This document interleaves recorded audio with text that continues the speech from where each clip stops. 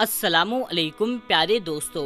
تاریخ کے پنوں کی سیاہی بننے والا فرعون جو خدائی کا دعویٰ کرتا تھا، اللہ تبارک و تعالیٰ نے اس کو ہلاک کر کے اس دنیا کے لیے عبرت کا نشان بنا دیا۔ پیارے دوستو، فرعون مصر کی تاریخ کا ایک ایسا بدبخت ظالم بادشاہ گزرا ہے جو خود کو خدا کہلاتا تھا اور زبردستی لوگوں کو اپنی پوجا کرواتا تھا اور مسلمانوں پر ظلم و ستم کی انتہا کیا کرتا تھا۔ اس بدبخت فرعون کی بدبختی کا اندازہ اس بات سے لگایا جا سکتا ہے کہ جب اللہ تبارک و تعالیٰ نے اس کو ہلاک کیا اور دنیا کے لیے عبرت کا نشان بنایا تو اس کی لاش کو نہ پانی نے قبول کیا اور نہ ہی زمین نے، بلکہ اس بدبخت کی لاش یوں ہی قیامت تک سڑتی رہے گی اور دنیا کے لیے عبرت کا نشان بنی رہے گی۔ تو میرے پیارے دوستو،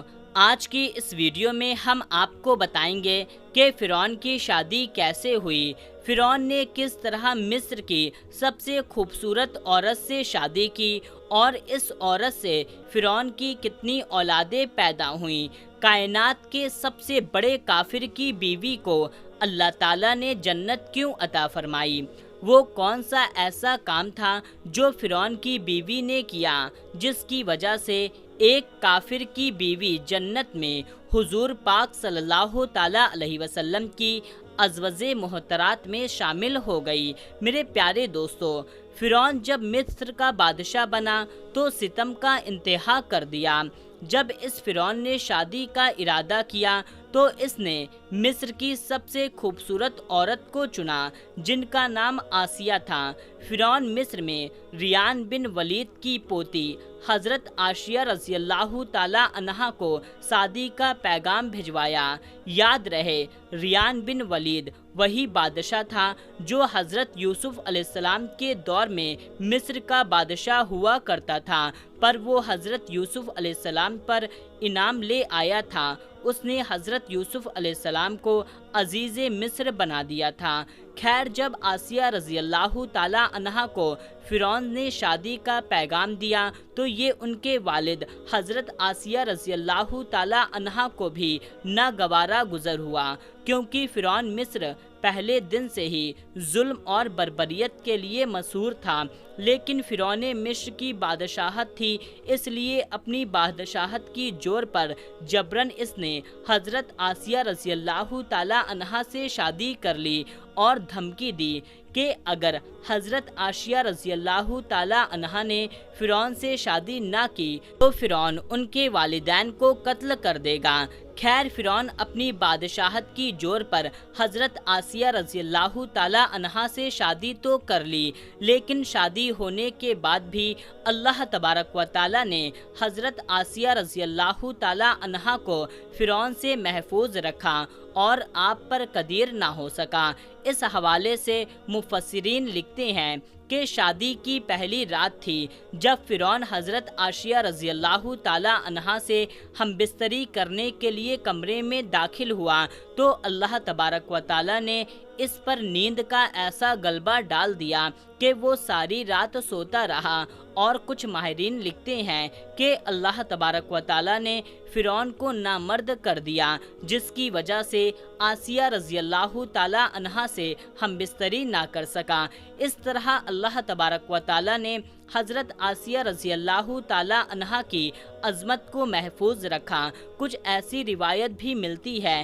کہ فرعون کو ایک ایسی بیماری لاحق ہو گئی جس کی وجہ سے مصر کے طبیبوں نے اس کو ساری عمر کے لیے ہم بستری کرنے سے منع کر دیا تھا۔ حضرت آسیہ رضی اللہ تعالیٰ عنہا جو کہ ان بادشاہ کی نسل میں سے تھی جو حضرت یوسف علیہ السلام کے دور میں اسلام قبول کر لیے تھے، لہٰذا حضرت آسیہ کا ایک پاک دامن اور لیک خاتون تھی کہ ایک طرح سے یہ حضرت آسیہ کی کرامت ہی تھی کہ اللہ تبارک و تعالیٰ نے حضرت آسیہ کی کافروں سے ناپاک وجود سے محفوظ رکھا۔ میرے پیارے دوستو، اب بات کرتے ہیں کہ فرعون کی کتنی اولاد تھی۔ بعض تاریخ کی روایت سے پتہ چلتا ہے کہ فرعون کی ایک بیٹی تھی۔ یہاں پر کوئی ٹھوس ثبوت موجود نہیں ہے کہ وہ فرعون کی حقیقی اولاد تھی۔ کہا جاتا ہے کہ در حقیقت وہ فرعون کی لے پالنا بیٹی تھی،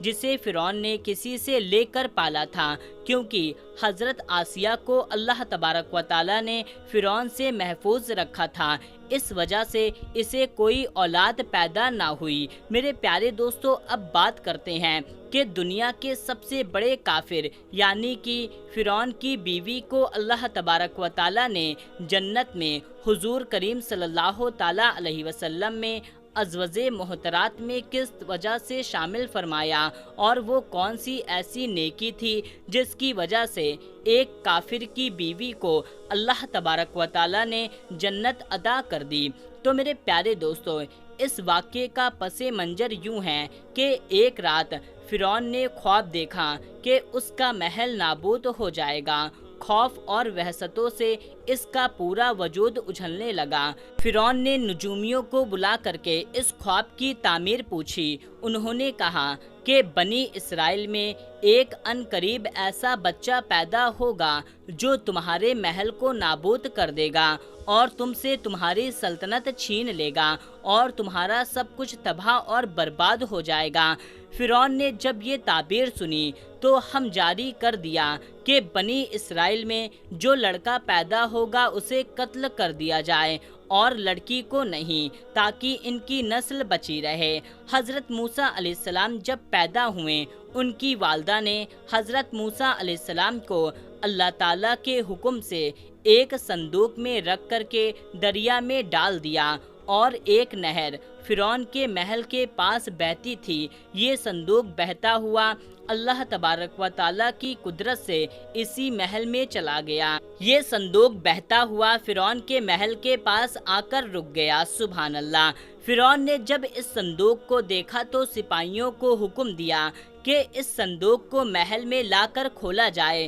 اور دیکھا جائے کہ اس کے اندر کیا ہے۔ جب اس صندوق کو کھولا گیا، اس کے اندر ایک نہایت حسین اور جمیل بچہ نکلا۔ جب حضرت آسیہ رضی اللہ تعالیٰ عنہا اس بچے کو دیکھ کر کے نہایت خوش ہوئیں اور حضرت آسیہ نے اس بچے کا نام موسیٰ رکھ دیا۔ صندوق کھولنے کے بعد حضرت آسیہ رضی اللہ تعالیٰ عنہا نے جب حضرت موسیٰ علیہ السلام کے چہرے انور پر نور دیکھا تو انہوں نے حضرت موسیٰ علیہ السلام کو اپنا بیٹا بنا لیا اور فرعون سے کہنے لگی، اے فرعون، یہ بچہ میری اور تیری آنکھوں کی ٹھنڈک ہے، اسے قتل نہ کرنا۔ فرعون کہنے لگا، اسے تم رکھ لو، مجھے اس کی کوئی حاجت نہیں۔ حضرت محمد صلی اللہ تعالیٰ علیہ وسلم کا ارشاد فرماتے ہیں، اگر آسیہ کی طرح بھی فرعون بھی اس بات کا اقرار کرتا کہ یہ بچہ اس کی آنکھوں کی ٹھنڈک ہے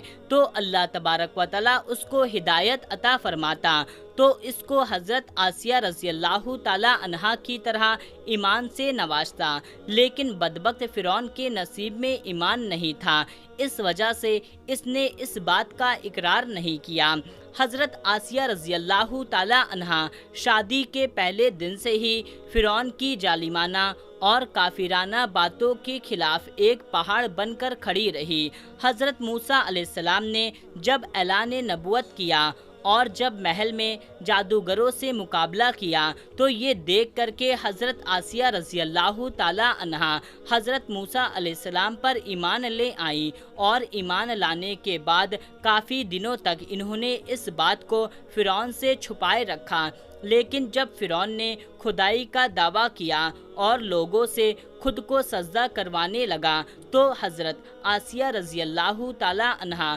کھل کر میدان میں آئیں، پھر اس عمل کی سخت مخالفت کرنے لگیں۔ جیسے ہی فرعون کو پتہ چلا کہ میری بیوی بھی حضرت موسیٰ علیہ السلام کے خدا پر ایمان لے آئی ہے تو اس نے حضرت آسیہ رضی اللہ تعالیٰ عنہا پر ظلم ڈھانا شروع کر دیا اور روزانہ حضرت آسیہ رضی اللہ تعالی عنہا کو طرح طرح کی اذیت دیتا، لیکن پھر بھی حضرت آسیہ رضی اللہ تعالی عنہا کے ایمان کو کوئی ٹھیس پہنچا سکا۔ فرعون نے بہت کوشش کی حضرت آسیہ رضی اللہ تعالی عنہا کے ایمان سے دور کیا جا سکے، لیکن وہ دوبارہ کفر اور شرک کی طرف نہ لوٹ آئیں۔ لیکن حضرت آسیہ رضی اللہ تعالی عنہا فرعون کی تمام کوشش کو ناکام بنا دیا، اور وہ صرف اللہ تبارک و تعالی کا نام پکارتی رہیں اور اللہ تبارک و تعالی کی عبادت میں مصروف رہیں۔ اس کے علاوہ جو بھی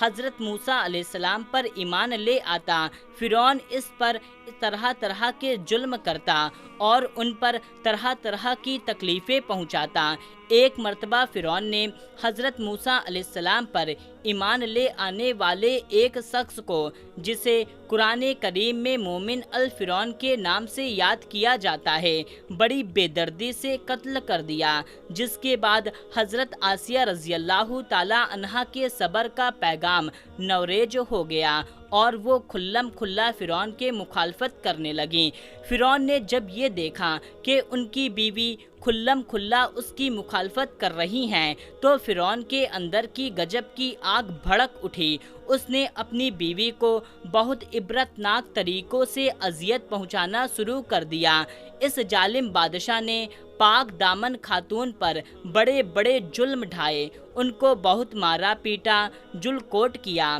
فرعون کی ظلم کی انتہا یہاں تک پہنچ گئی کہ ایک دن اس نے حضرت آسیہ رضی اللہ تعالی عنہا کے دونوں ہاتھوں اور دونوں پیر کے اندر لوہے کے کیلے ٹھوک کر چاروں کونوں میں اس طرح سے جکڑ دیا کہ حضرت آسیہ رضی اللہ تعالی عنہا ہل بھی نہ سکیں، اور بھاری پتھر آپ کے سینے پر رکھ دیا۔ ان کو گرم ریت کے اندر لٹا دیا اور پانی بھی بند کر دیا۔ اس طرح دردناک ظلم و ستم زبر کرنے کے بعد بھی حضرت آسیہ رضی اللہ تعالی عنہا کا ایمان مضبوط رہا اور وہ اللہ تبارک و تعالی کی وعدی نیت پر ثابت قدم رہیں۔ بعض روایت میں آتا ہے کہ فرعون آسیہ رضی اللہ تعالی عنہا پر اس قدر ظلم کیا کہ حضرت آسیہ کی کھال تک اتروا دی، پھر اس کے بعد ایک بھاری بھرکم چٹان گرا دی، جس کی وجہ سے حضرت آسیہ رضی اللہ تعالی عنہا شہید ہو گئیں۔